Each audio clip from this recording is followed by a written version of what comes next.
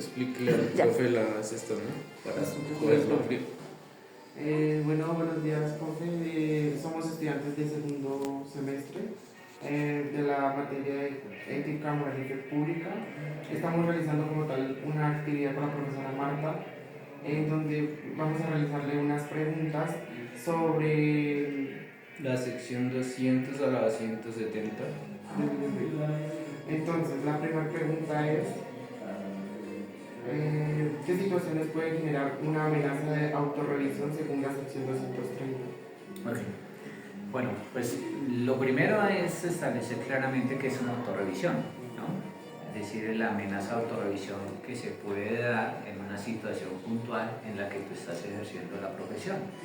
¿Qué puede darse, por ejemplo, cuando tú ejerces como revisor fiscal que no puedes realizar dentro de la empresa una actividad que corresponda a un sistema de control interno?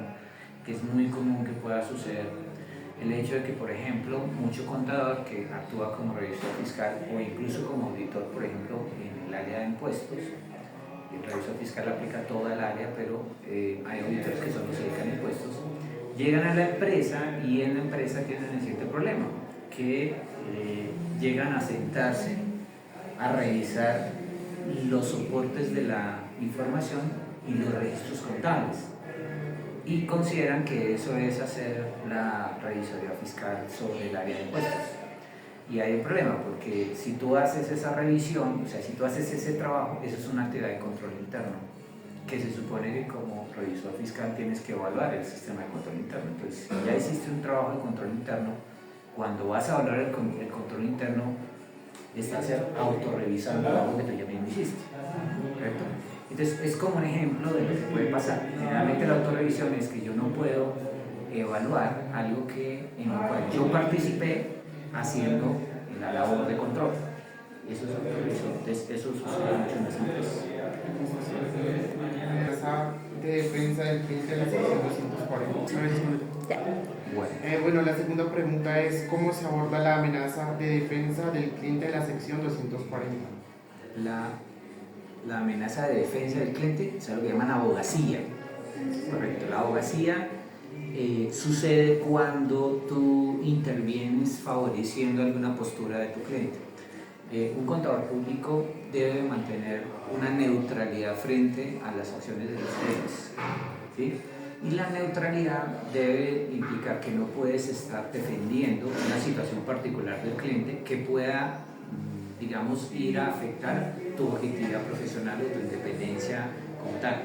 Entonces, los principios éticos deben de privilegiarse frente a un servicio profesional en términos de que no vayas a violentar a través de eso esos principios. Entonces, abogar por un cliente o defender una postura puede sesgar mi trabajo como profesional, mi objetividad. Entonces, no puedes entrar en ese caso. Y eso es una evaluación que tienes que ir haciendo dependiendo del tipo de encargo, etc. Así seas asesor o consultor, no tienes que evaluar de que no vayas a entrar en una amenaza de abogacía frente a la independencia o la objetividad profesional. Eso es en términos generales lo que es el tema de abogacía. La tercera pregunta que nos realizamos es: ¿qué condiciones pueden dar lugar a una amenaza de intimidación según la sección 250? Claro. El problema de intimidación es algo mucho más cotidiano de lo que podríamos considerar nosotros. El problema de la intimidación se da por solamente el hecho de que cuando tú asumes un encargo, el contrato puede ser usado por la empresa para, digamos, crearte o coaccionarte a ciertas cosas. Esa situación hay veces es muy sutil y uno no la nota. Uno no la nota en la cotidiana, que es casi como un abuso de poder de parte de la misma organización sobre las capacidades que tenemos. Y esas intimidaciones hay que aprender a detectarlas. Generalmente es cosas como colabóranos o tienes que entregarnos o darnos un reporte de esta manera, porque si no lo haces hay otras personas que sí lo harían. O tu contrato específicamente dice que tú tienes que cumplir con esta función, necesitamos que cumpla la función pero como la empresa lo pide. Eso es intimidación. Recuerda que hay unos principios claros de independencia, objetividad e integridad profesional que son para mí los más relevantes, ¿no? El comportamiento profesional también está atado a esto, es decir, yo no puedo actuar de una forma diferente ni en mi vida pública ni en mi vida privada. Y tanto tomándote un café te pueden tratar de intimidar sobre tus actos profesionales, como en la oficina trabajando también lo pueden hacer. Esa intimidación hay veces resulta muy sutil, pero hay que aprender a identificarla, y es que te coarten o te estén tratando de llevar a hacer alguna acción que pueda afectar algunos de sus principios. Entonces, entrar a analizar eso no es tan fácil, a menos que sea muy directa, que te amenacen directamente, que te digan, es que si usted no hace esto, pues lo vamos a cambiar. Eso ya es intimidación. Entonces, la forma más adecuada de abordar un comportamiento de esos es precisamente denunciando la intimidación al frente a quien te intimida. Y es decirle, oye, tú me estás intimidando, ¿cierto? Inmediatamente la persona va a sentir que tú lo estás poniendo en evidencia de un acto que es irregular y que tú no estás dispuesto a aceptar. ¿Listo? Entonces, la mejor forma también de hacerlo, denunciar ante la misma persona de entrada. Y si no, pues hay otras alternativas que los procedimientos profesionales tienen para mitigar este tipo de riesgos, ¿no? Salvaguardas que se llaman. La siguiente pregunta que nos formulamos fue: ¿qué salvaguardas recomienda cuando el contador tiene vínculos estrechos con el cliente? La norma profesional establece que hay un procedimiento técnico, las mismas normas de ética, adicionadas a una cuestión que llaman normas de gestión de calidad, que son parte de lo que emite el IESBA y la EFAC con el IAS, que son las dos juntas emisoras de tanto estándares de aseguramiento como estándares de ética. ¿Qué pasa allí? Un procedimiento que es clave para evitar cualquier situación de estas es que tú solamente puedes aceptar clientes que hayas evaluado previamente, antes incluso de presentarles una propuesta de servicios.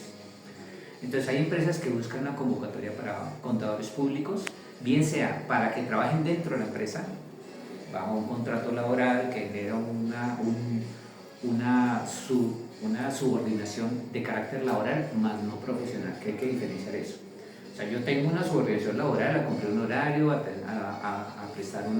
hacer unas actividades en la empresa y me pagan por eso y ese tipo de cosas. Ahí genero subordinación, yo atiendo a mi jefe a lo que se requiera, pero no puedo violentar mis principios profesionales. Entonces, la subordinación es laboral más no profesional. O sea, profesionalmente yo tengo una rectitud, tengo una serie de cosas que son las que nos identifican como contadores públicos. Nosotros formamos parte de un gremio que reconoce la sociedad bajo un título, contador público. Por eso la mirada del contador público no es la misma que cualquier empleado de la empresa. Y eso no es lo subordinable. Lo subordinable es que el contrato me pone a mí una serie de actividades. ¿Listo? Entonces, aún incluso en esa situación, yo tengo que saber con quién voy a trabajar, con quién voy a tratar, con qué tipo de empresa.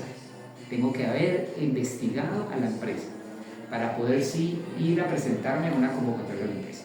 Bien si sea laboral o bien si sea por mi despacho profesional en un contrato de servicios profesionales, que es lo que más hacen los contadores.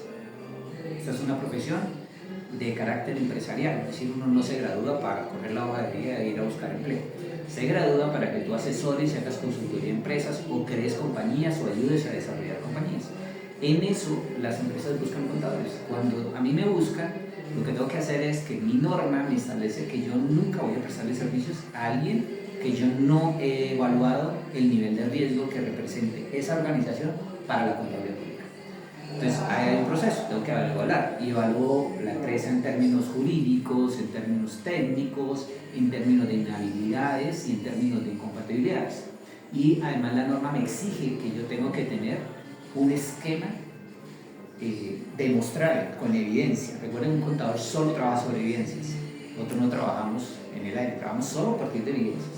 Si no hay evidencia, lo siento, pero yo no puedo aceptar algo que subjetivamente alguien me diga, porque hay un principio de objetividad. ¿Sí? Entonces tengo que hablar lo que va a ser mi cliente, el usuario de mi servicio. Y dependiendo de eso, sí procedo a presentar una propuesta o a presentarme una convocatoria. ¿Listo?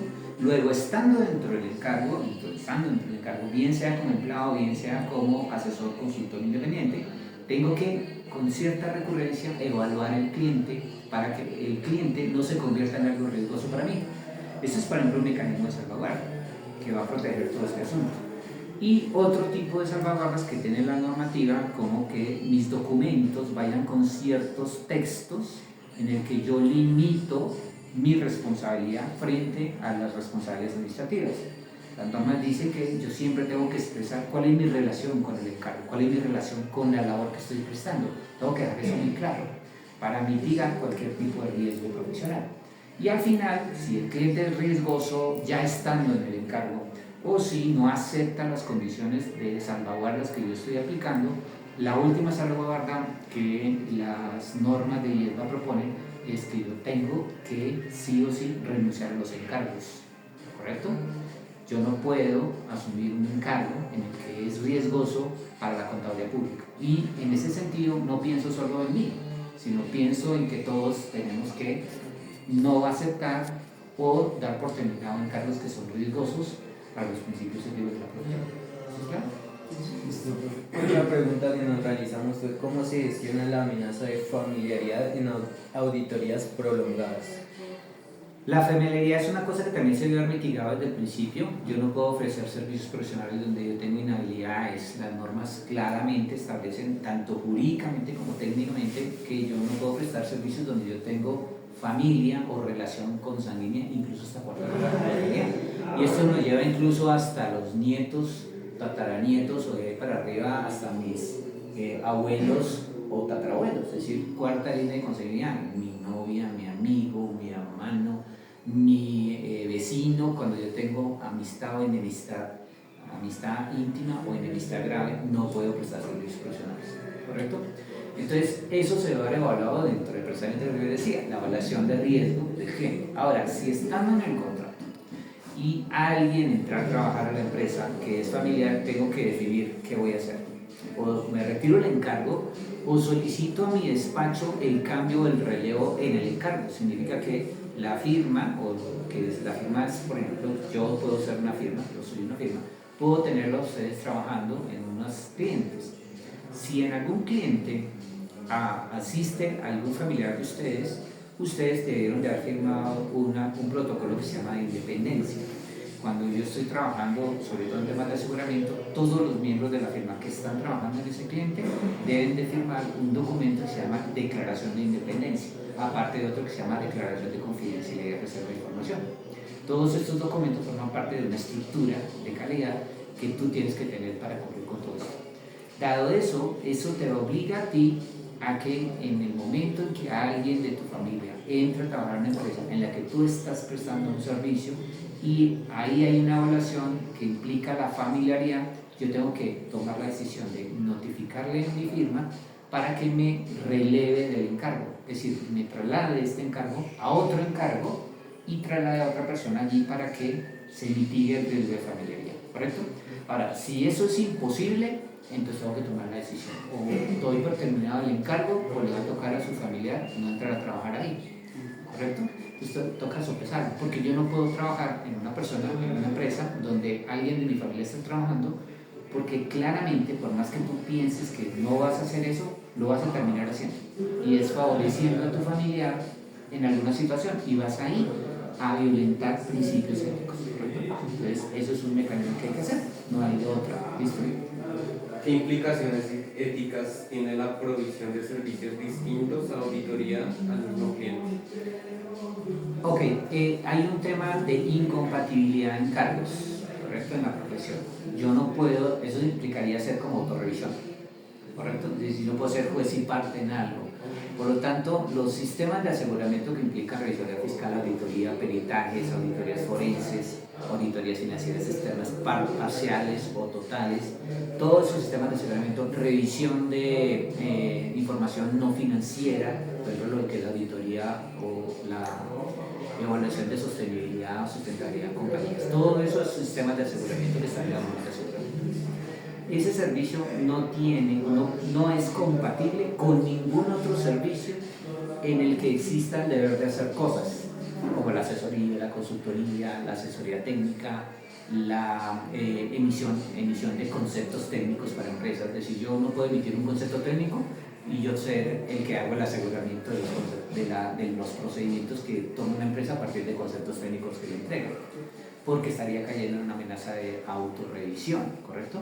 Entonces, por eso, por el solo hecho de incompatibilidad, yo no puedo aceptar encargos en la misma organización que no sean compatibles como este caso. ¿Listo? Ok.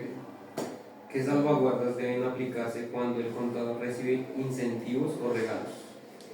Ok, el tema de incentivos o regalos tiene que ver con un tema de amenaza que se llama interés propio. El interés propio implica que yo tengo algún interés económico en la organización o también que pueda mitigarse una situación de obsequios en el que tú tienes algún interés. Es decir, si dan premios en la compañía, pues qué bueno ganarse un carro, ganarse una beca, ganarse alguna cosa. ¿Sí? Eso se llama interés propio. Entonces, por eso las firmas contables en la parte de calidad tienen unas políticas en cuanto al apoyo al recurso humano y en cuanto a la ejecución de los encargos.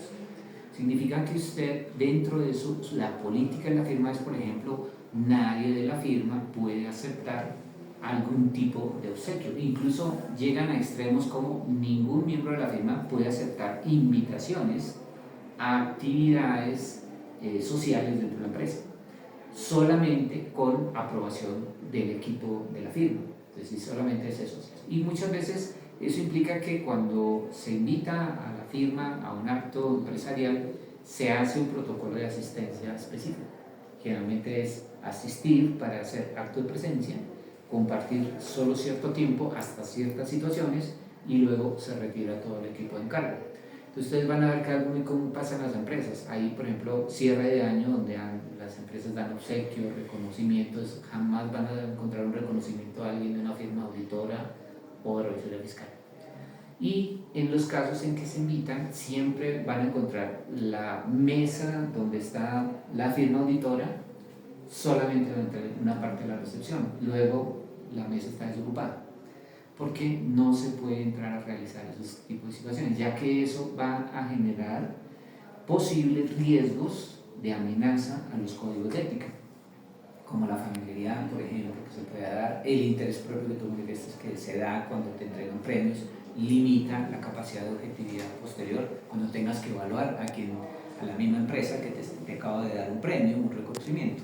¿Sí? Entonces, hay protocolos, por eso en el contador público, y sobre todo el auditor o revisor fiscal, pareciera que no es muy empático con la organización.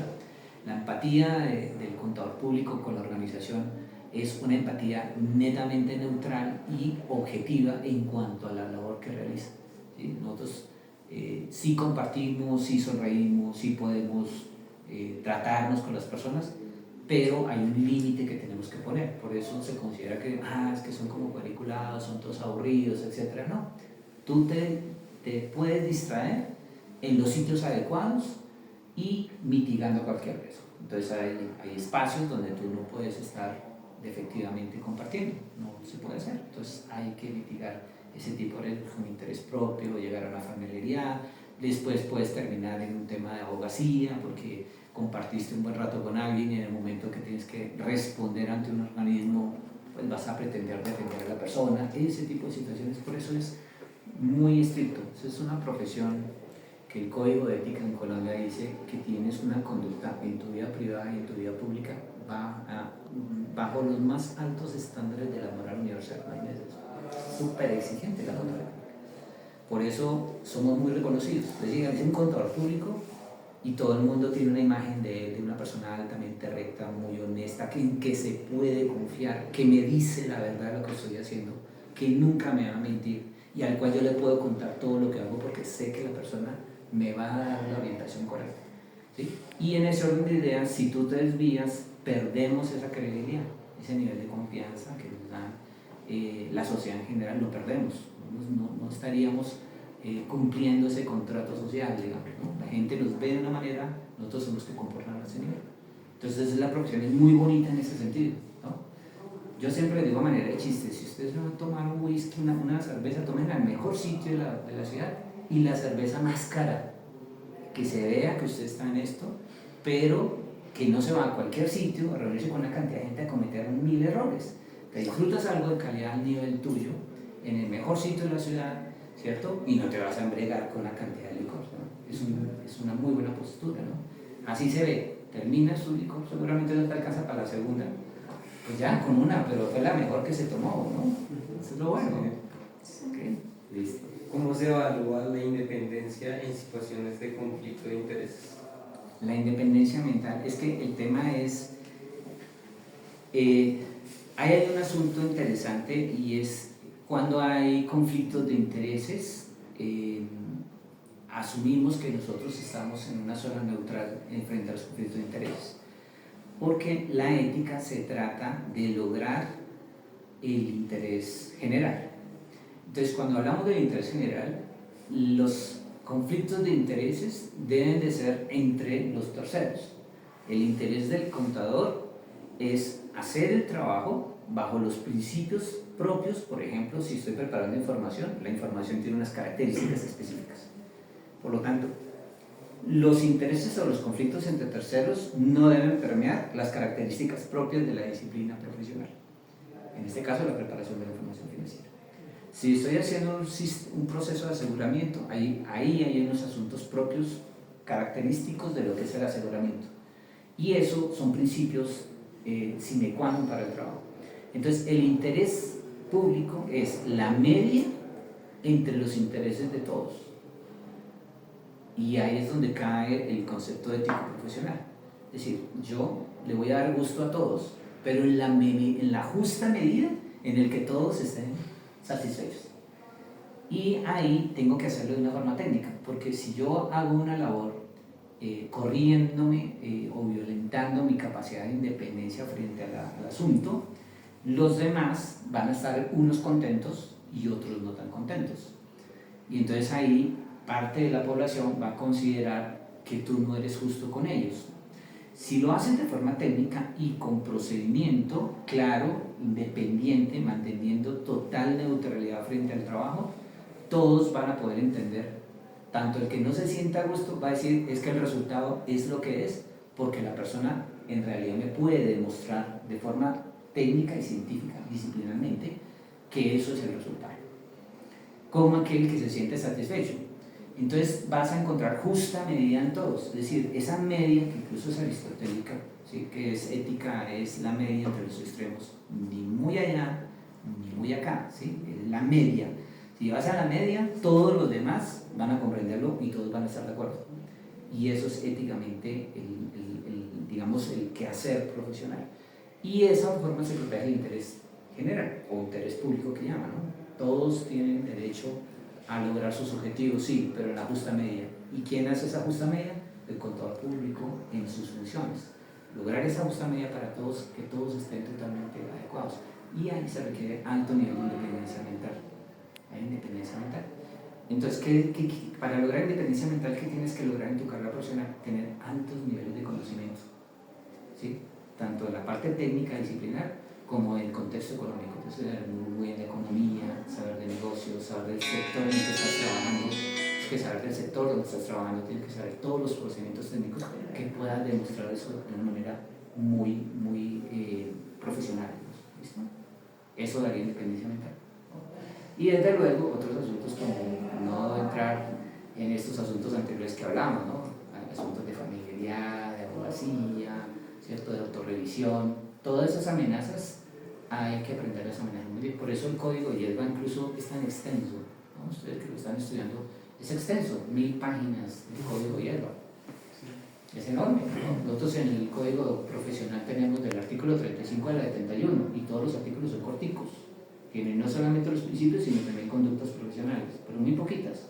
Y ESBA tiene 1000 páginas de conductas profesionales y procedimientos, ¿no? Aterrizar eso a la práctica es muy importante, no es solamente tener el conocimiento abstracto de eso, sino llevarlo a la práctica. Todo procedimiento que hagas tienes que pasarlo por ese proceso. Entonces cada acto tienes que decir, bueno, ¿cómo voy a prestar un servicio contable? En esta actividad que hago, ¿hay alguna amenaza que se presente del código de ética? Sí, tal, ok, ¿cuál es la salvaguarda? Entonces voy al código y ahí miro qué salvaguarda me propone y la articulo. Incluso el procedimiento debe decir posibles salvaguardas, posibles amenazas a encontrar estas, posibles situaciones como se debe salvaguardar, haga esto. Entonces, claro, cuando haces el procedimiento ya sabes que puede haber esto y además ya te dice qué tienes que hacer. Esos son protocolos de salvaguardia, ¿sí? Y eso ya aterrizaba a la realidad, ¿no? Es un código aplicado. Qué pena interrumpirlo. Bueno, la siguiente pregunta va de acuerdo al profesional de contaduría en la empresa y que no esté respaldado por una firma. Sí, una firma, ya sea Profesional independiente, ejerciente Sí. independiente en la empresa. Tal cual.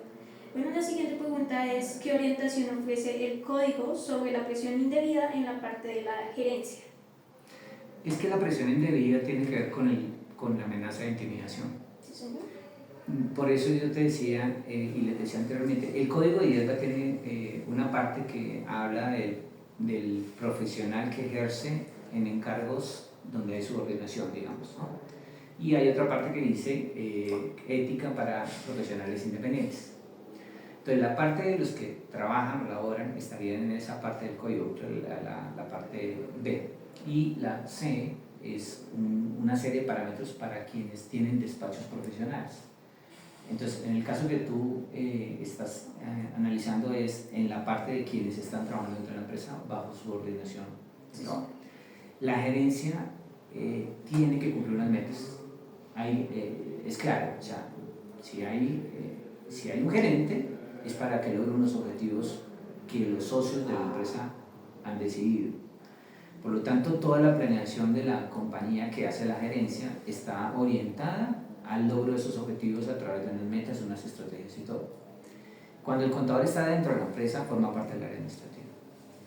Es decir, que tú también tienes un compromiso laboral, por eso le digo que hay una diferencia entre el compromiso laboral, la subordinación laboral y la subordinación profesional. Entonces, esas metas hay que cumplirlas, o sea, hay que lograr el objetivo financiero de la compañía. ¿Cómo lo va a hacer? Con conocimientos financieros. Conocimientos que tienen un asidero científico, la matemática financiera, las normas de información financiera que te ayudan a tomar decisiones acertadas para hacer rentable una actividad empresarial. Lo voy a hacer, pero lo tengo que hacer a la vez sin violentar principios profesionales, porque la empresa tiene que cumplir, pero no va a cumplir simplemente como diríamos, a la maldita sea, sino tiene que hacerlo técnicamente, científicamente. Ahí es donde cobra mucho valor el conocimiento profesional, porque las metas se logran, pero se deben lograr de forma objetiva, honesta, íntegra, ¿no? Que realmente eso refleje alto nivel profesional. Si hay una presión de la gerencia, la forma de rebatir la presión es con conocimientos y argumentos, pero argumentos en normas jurídicas, en normas técnicas profesionales, en procedimientos administrativos, demostrando eso que tú lo sabes. Entonces tú tienes que tener alto nivel de preparación. Yo insisto que en la ética se respalda con alto nivel de conocimientos. O sea, si uno es malo, por ejemplo, el contador que no tiene buenos conocimientos es el que más violenta los códigos de ética, empezando hasta por los honorarios. Es el que más barato se da, porque tiene que comer. Usted tiene que llevar a su casa la comida y usted tiene que buscarse trabajo. Y se graduó de contador, si todo el mundo confía en usted, claro. Entonces hay que buscar trabajo. Ahora, como no sabe, lo que me pongan lo hago y lo hago como sea.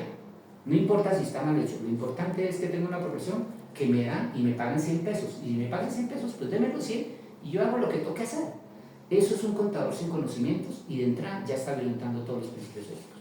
Un contador con altos niveles de conocimiento que trabaja en una empresa jamás va a aceptar una presión empresarial, ¿cierto? Si no, va a terminar renunciando, porque él sabe que eso es un error, que está mal hecho, que no es correcto ejecutar algo sin un asidero que los lleve al éxito real. De resto, estarías actuando mal. Entonces, si no tienes el conocimiento, pues vas a terminar aceptando lo que el gerente te diga. Pero si tienes buen conocimiento, no vas a aceptar nada más, le vas a demostrar al gerente que está haciendo mal. Es lo mismo, si tienes buen conocimiento, jamás vas a actuar mal, ¿sí? Jamás, porque tú sabes todas las condiciones que hay frente a un hecho y las responsabilidades y las consecuencias que pueden haber. Lo conoces, lo puedes manejar, ¿listo? Entonces ahí actúas como con conocimientos, con principios éticos, actuando de forma correcta y demostrando que las cosas no son como la gente cree que son, sino como deben ser. Bueno, finalizando las preguntas,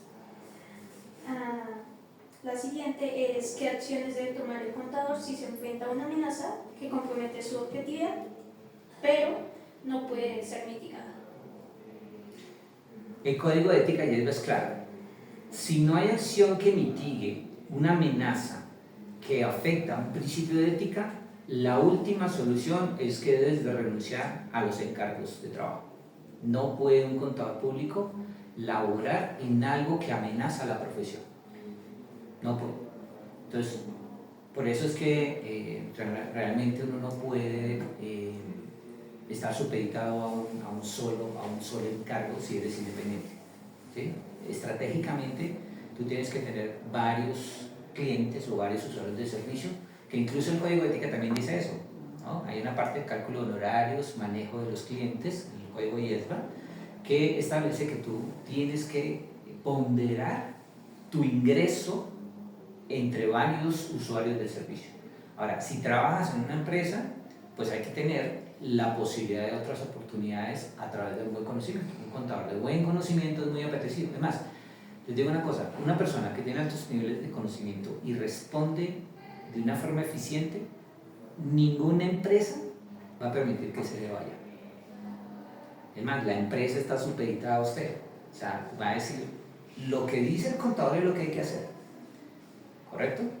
Porque si se nos va algo muy valioso en la empresa, ¿no? Y lo más valioso es lo que uno más guarda, lo que más protege, ¿no? Entonces, las condiciones cambian.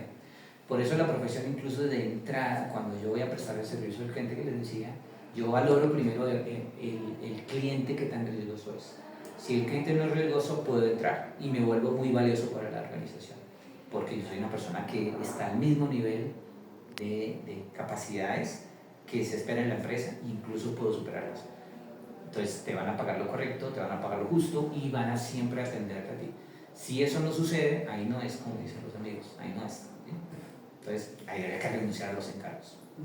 ¿Sí? Bien, perfecto. Muchas gracias.